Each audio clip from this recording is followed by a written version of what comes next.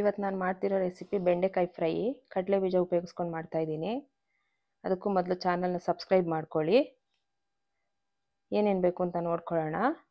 First ಅರ್ಧ kg ಬೆಂಡೆಕಾಯಿನ cut ಮಾಡಿ ಇಟ್ಕೊಂಡಿದ್ದೀನಿ. ಚೆನ್ನಾಗಿ ತೊಳೆದು ಕಟ್ ಮಾಡಿ ಇಟ್ಕೋಬೇಕು, ತೇವ ಇರಬಾರ್ದು. ಈರುಳ್ಳಿ ಕಟ್ ಮಾಡ್ಕೊಂಡಿದ್ದೀನಿ ಒಂದು, ಎಣ್ಣೆ, ಟೊಮೆಟೊ ಒಂದು, ಕಡಲೆ ಬೀಜ, ಸಾಂಬಾರು ಪೌಡ್ರು ಮತ್ತು ಹಸಿಮೆಣ್ಸಿನ್ಕಾಯಿ ತೊಗೊಂಡಿದ್ದೀನಿ, ಉಪ್ಪು ತೊಗೊಂಡಿದ್ದೀನಿ. ಈಗ ಒಂದು ಬಾಣಲೆ ಇಟ್ಕೊಂಡಿದ್ದೀನಿ. ಎಣ್ಣೆ ಏನು ಹಾಕೋದು ಬೇಡ, ಹಾಗೆ ಬೆಂಡೆಕಾಯಿ ಹಾಕ್ಕೊಂಡು ಚೆನ್ನಾಗಿ ಫ್ರೈ ಮಾಡ್ಕೊಳ್ಳೋಣ. ಎಣ್ಣೆ ಎಲ್ಲ ಹಾಕಿದ್ರೆ ಅದು ಲೋಳೆ ಎಲ್ಲ ಹಂಗೆ ಇರುತ್ತೆ, ಅದರಿಂದ ಫಸ್ಟು ಚೆನ್ನಾಗಿ ರೋಸ್ಟ್ ಮಾಡ್ಕೊಂಬಿಡೋಣ. ಬೆಂಡೆಕಾಯಿನ ಲೋಳೆ ಎಲ್ಲ ಹೋಗೋವರೆಗೂ ಕೈ ಆಡಿಸ್ತಾ ಇರಬೇಕು. ಜಾಸ್ತಿ ಉರಿ ಮಾಡ್ಕೋಬೇಕು ಸ್ಟವ್ವು. ಕೈ ಆಡಿಸ್ಕೊತಾ ಇರ್ತೀನಿ. ಪಕ್ಕದಲ್ಲಿ ಹಂಗೆ ಕಡಲೆ ಬೀಜ ಹುರಿದಿಟ್ಕೊಂಡಿದ್ದೀನಿ, ಅದು ಸ್ವಲ್ಪ ತಣ್ಣಗಾಗಬೇಕು ಅಂತ. ಸ್ವಲ್ಪ ಟೈಮ್ ತಗೊಳುತ್ತೆ, ಅದು ಲೋಳೆ ಎಲ್ಲ ಪಾತ್ರೆಗೆ ಕಚ್ಕೊಂಡ್ಬಿಡುತ್ತೆ. ಕಡಲೆ ಬೀಜ ತಣ್ಣಗಾಗಿದೆ, ಹಂಗೆ ಪೌಡ್ರ್ ಮಾಡ್ಕೊಂಬಿಡ್ತೀನಿ ಅದನ್ನ ಸೈಡಲ್ಲಿ. ನೋಡಿ ಇವಾಗ ಸ್ವಲ್ಪ ಬಿಟ್ಕೋತಾ ಇದೆ ಲೋಳೆ ಎಲ್ಲ. ಬೆಂಡೆಕಾಯಿ ಫ್ರೈ ಆಗ್ತಾ ಇದೆ ಆಲ್ರೆಡಿ. ನೋಡಿ ಎಷ್ಟಾಯಿತು, ಇಷ್ಟೇ. ಈ ಥರ ಆದರೆ ಸಾಕು, ಲೋಳೆ ಸ್ವಲ್ಪನೂ ಇಲ್ಲ ನೋಡಿ, ಚೆನ್ನಾಗಿ ಡ್ರೈ ಆಗಿದೆ. ನೋಡಿ ಕಾಣಿಸ್ತಾ ಇದೆ ಅಲ್ವಾ, ಈ ಥರ ಆದರೆ ಸಾಕು. ಫುಲ್ಲು ಸೀಸ್ಕೊಳ್ಳೋದು ಬೇಡ, ಚೆನ್ನಾಗಿ ಡ್ರೈ ಆಗಿದೆ.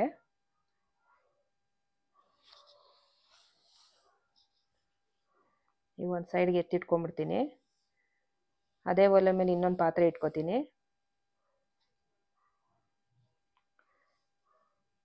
ಎಣ್ಣೆ ಹಾಕೋತಾ ಇದ್ದೀನಿ, ಸಾಸಿವೆ ಹಾಕೋತೀನಿ. ಸಾಸಿವೆ ಸ್ವಲ್ಪ ಚಿಟಪಟ ಅನ್ನಲಿ. ಹಸಿಮೆಣ್ಸಿನ್ಕಾಯಿ, ಕರಿಬೇವು ಹಾಕೊಂಡ್ಬಿಡ್ತೀನಿ ಫಸ್ಟು. ಇವಾಗ ಹಸಿಮೆಣ್ಸಿನ್ಕಾಯಿ ಹಾಕೋತೀನಿ, ಸ್ವಲ್ಪ ಫ್ರೈ ಮಾಡ್ಕೊಳ್ಳೋಣ. ಈರುಳ್ಳಿ ಹಾಕಿದ್ದೀನಿ, ಚೆನ್ನಾಗಿ ಕೈ ಆಡಿಸ್ಕೋಬೇಕು. ಈರುಳ್ಳಿ ಹಸಿ ವಾಸನೆ ಎಲ್ಲ ಹೋಗಲಿ, ಬಣ್ಣ ಚೇಂಜ್ ಆಗಬೇಕು ಈರುಳ್ಳಿ. ನೋಡಿ ಕಲರ್ ಚೇಂಜ್ ಆಗ್ತಾ ಇದೆ.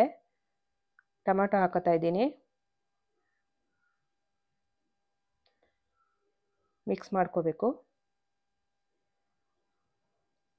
ಚೆನ್ನಾಗಿ ಮಿಕ್ಸ್ ಆಯಿತು, ಟೊಮೆಟೊನು ಬೆಂದಿದೆ. ನೋಡಿ ಟೊಮೆಟೊ ಬೇಯಿತು. ಈಗ ಬೆಂಡೆಕಾಯಿ ಹಾಕೊಂಡ್ಬಿಡ್ತಾ ಇದ್ದೀನಿ.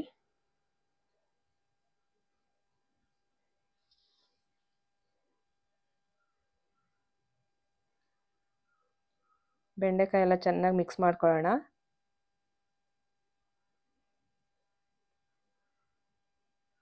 ಚೆನ್ನಾಗಿ ಮಿಕ್ಸ್ ಆಗಬೇಕು. ಉಪ್ಪು ಹಾಕೋತಾ ಇದ್ದೀನಿ.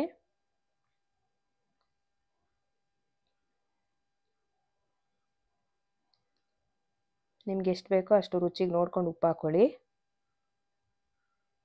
ಚೆನ್ನಾಗಿ ಕೈ ಆಡಿಸ್ಕೋಬೇಕು, ಉಪ್ಪೆಲ್ಲ ಎಲ್ಲ ಕಡೆನೂ ಸ್ಪ್ರೆಡ್ ಆಗಬೇಕಲ್ಲ.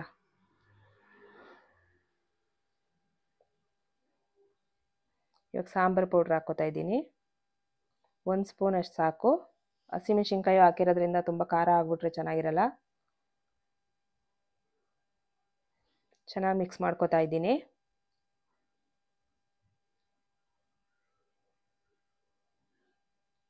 ಬೆಂಡೆಕಾಯಿ ಎಲ್ಲ ಬೆಂದಿದೆ.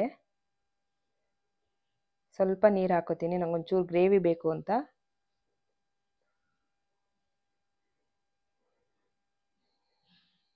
ಚೆನ್ನಾಗಿ ಬೇಯಿಸ್ಕೋಬೇಕು, ಮಸಾಲೆ ಹಸಿ ವಾಸನೆ ಎಲ್ಲ ಹೋಗೋವರೆಗೂ.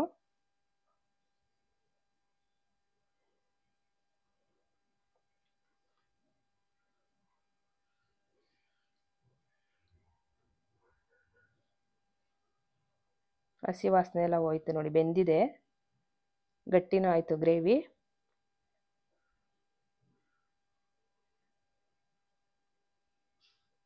ಇವಾಗ ಕಡಲೆಕಾಯಿ ಬೀಜ ಹಾಕೊಂಡ್ಬಿಡೋಣ, ಪೌಡ್ರ್ ಮಾಡ್ಕೊಂಡಿದ್ದಂಥದ್ದು.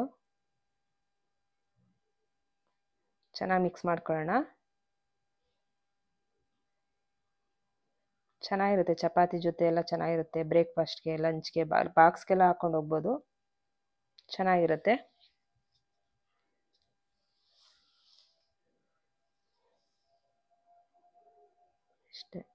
ಇಷ್ಟೇ ನೋಡಿ, ಇನ್ನೇನು ಇಲ್ಲ. ಇದಕ್ಕೆ ಒಂಚೂರು ಕೊತ್ತಂಬರಿ ಸೊಪ್ಪು ಹಾಕ್ಕೊಂಡ್ರೆ ಮುಗೀತು. ವಿಡಿಯೋ ಇಷ್ಟ ಆದರೆ ಒಂದು ಲೈಕ್ ಕೊಡಿ, ಶೇರ್ ಮಾಡಿ, ನನ್ನ ಚಾನಲ್ನ ಸಬ್ಸ್ಕ್ರೈಬ್ ಮಾಡಿ. ಇನ್ನೂ ಒಳ್ಳೊಳ್ಳೆ ರೆಸಿಪೀಸ್ನೆಲ್ಲ ಹಾಕ್ತೀನಿ, ಸಪೋರ್ಟ್ ಮಾಡಿ. ಚೆನ್ನಾಗಿರುತ್ತೆ ಅನ್ಕೋತೀನಿ, ನೀವು ಮಾಡ್ಕೊಳ್ಳಿ.